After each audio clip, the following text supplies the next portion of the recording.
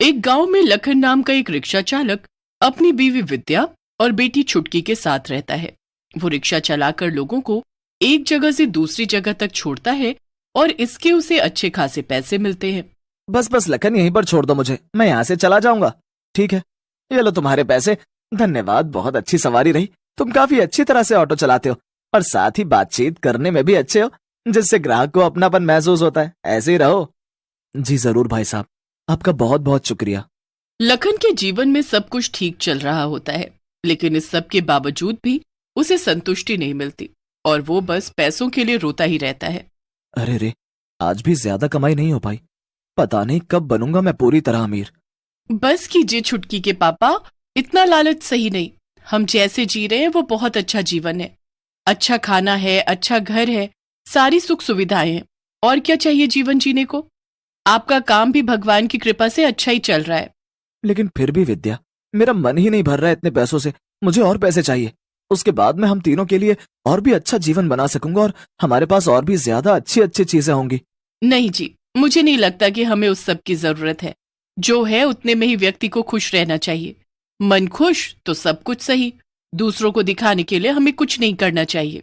फिर एक दिन जब लखन एक रात अपनी रिक्शा चलाते हुए एक कब्रिस्तान के रास्ते से जा रहा होता है कि तभी अचानक से उसे वहां पर कब्रिस्तान से एक अजीब सी आवाज सुनाई देती है। खजाना, उस कब्र में खजाना है। खजाना, पहली वाली कब्र में खजाना है। ये क्या? ये आवाज कहाँ से आ रही है? मुझे ऐसा क्यों लगा कि अभी यहाँ पर कोई था जो चिल्ला चिल्ला कर किसी खजाने की बात कर रहा था। पहली कब्र में खजाना। लखन डर तो रहा था, लेकिन खजाने की बात सुनकर उसके मन का लालच उसे वहां पर खड़े रहने का साहस दे रहा था। वो लोभी नजरों से उस कब्रिस्तान की पहली कब्र के पास देखता है और वहां पर उसे उस कब्र में से थोड़ी रोशनी निकलती हुई दिखाई देती है। ये क्या? लगता है इस पहली कब्र में ही वो खजाना है। मुझे वो खजाना चाहिए। एक बार अगर मेरे पास वो खजाना आ गया तो मैं धनवान बन जाऊंगा और फिर मैं वो ऐशो आराम वाली जिंदगी जी पाऊंगा। लखन, भगवान ने तेरी सुन ली है। खोल दे इस कब्र को। तेरे अमीर होने के दिन आ गए आखिरकार। लालची लखन उस कब्र को खोल देता है, लेकिन उसमें कोई खजाना नहीं होता है, बल्कि उसमें एक भयानक सी शक्ल वाली चुड़ैल एकदम से बाहर निकलती है और उसे हवा में उड़ते देख लखन के रोंगटे खड़े हो जाते हैं। मूर्ख रिक्शा वाले, तुझे क्या लगा कि वो आवाज सच में किसी औरत की थी? अरे वो आवाज मेरी थी। मैं इस कब्र में कैद थी क्योंकि मुझसे जुड़े कुछ लोगों ने पूजा पाठ करके मेरी आत्मा को इस कब्र में कैद कर दिया। लेकिन अब मैं चुड़ैल रूप लेकर बाहर निकल चुकी हूं और अब मैं तेरे जिस्म, तेरे बदन का सहारा लेकर इस गांव के सभी लोगों को खा जाऊंगी। बरसों की भूखी हूं मैं।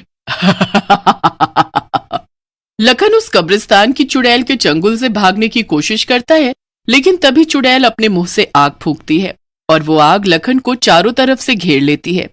उस आग का रंग लाल होता है। ये भूतिया लाल आग है। मेरी कब्र के बाहर निकलने पर अब वो मेरे पास सारी काली शक्ति आ चुकी है जो एक सर्वशक्तिशाली चुड़ैल के पास होती है। ऐसा मत करो, मुझे जाने दो। मेरी बीवी है, मेरी एक छोटी बेटी है। मुझे माफ कर दो, मैंने गलती कर दी। मुझे लालच नहीं करना चाहिए था। तुम इंसानों में एक कहावत है ना, लालच बुरी बला है। फिर भी तुमने लालच किया। ये तो तुमने गलत किया ना। फिर अब तुम्हें इसकी सजा तो मिलकर ही रहेगी। चुड़ैल लखन पर कूद पड़ती है और उसके शरीर में घुस जाती है और अब लखन एक भूतिया आदमी बन जाता है क्योंकि उसके शरीर में चुड़ैल जैसी काली शक्ति का वास हो चुका था। वो रिक्शा चलाकर घर पर जाता है और घर पर विद्या भी उसके बदले हुए हाव भाव देखकर चौंक जाती है। अगले दिन, भैया मुझे रूपानगर जाना है, वो पहाड़ी रास्ते से मत लेना। हाँ, वहां पर कब्रिस्तान पड़ता है, मुझे बहुत डर लगता है। यहाँ अच्छे वाले रास्ते से लेना जहाँ लोग हो। ठीक है। जब वो औरत लखन के रिक्शे में बैठती है तभी आगे चलकर लखन उस पहाड़ी वाले रास्ते से ही जाने लगता है और ये देखकर वो औरत हैरान हो जाती है और लखन पर चिल्लाने लगती है। ये क्या बात हुई भला? अरे तुम बेवकूफ हो क्या? मैंने तुम्हें बैठते समय ही कहा था कि इस रास्ते से मत लेना रिक्शा, क्योंकि यहाँ पर कब्रिस्तान है। अभी थोड़ी देर में कब्रिस्तान आएगा। अरे तुम सुन भी रहे हो मैं क्या कह रही हूँ? वो लखन आगे ही देखता है और उस औरत की बातों का कोई जवाब नहीं देता, जिस कारण वो औरत बहुत ज्यादा गुस्सा हो जाती है। गाड़ी रोको, रोको, मुझे नहीं बैठना इस रिक्शे में। रोको रिक्शा, मैंने कहा ना। नहीं रुकेगा ये रिक्शा, अब ये सीधे तुझे तेरी मौत तक पहुंचाएगा। जी ले अपनी जिंदगी के आखिरी कुछ पल।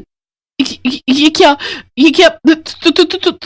तुम एक औरत की आवाज में बात कर रहे हो? ये कैसे हो सकता है? तभी वो औरत रिक्शे के आईने में देखती है जिसमें चुड़ैल की शक्ल दिख रही होती है। वो देख उस औरत की आंखें फटी की फटी रह जाती हैं। क्या? इसका मतलब तुम एक भूत हो और तुम एक चुड़ैल का वास है? लखन रिक्शे को सीधे कब्रिस्तान में ले जाता है और वहां पहुंचने के बाद औरत बाहर निकलती है और वो भागने लगती है कि तभी अचानक से लखन उसे जान से मार देता है। लखन यानी वो चुड़ैल उस औरत को मारकर उसका मांस खाने लगती है।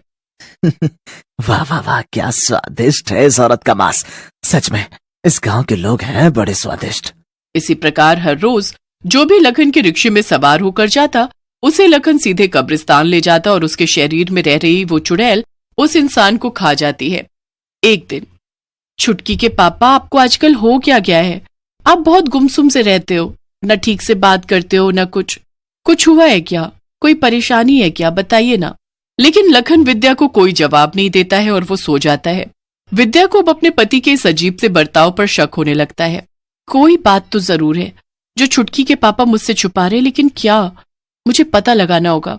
दिन ब दिन गांव में अचानक लोग गायब होने लगते हैं और सभी गांववासी इस बात से बहुत डर जाते हैं और परेशान हो जाते हैं।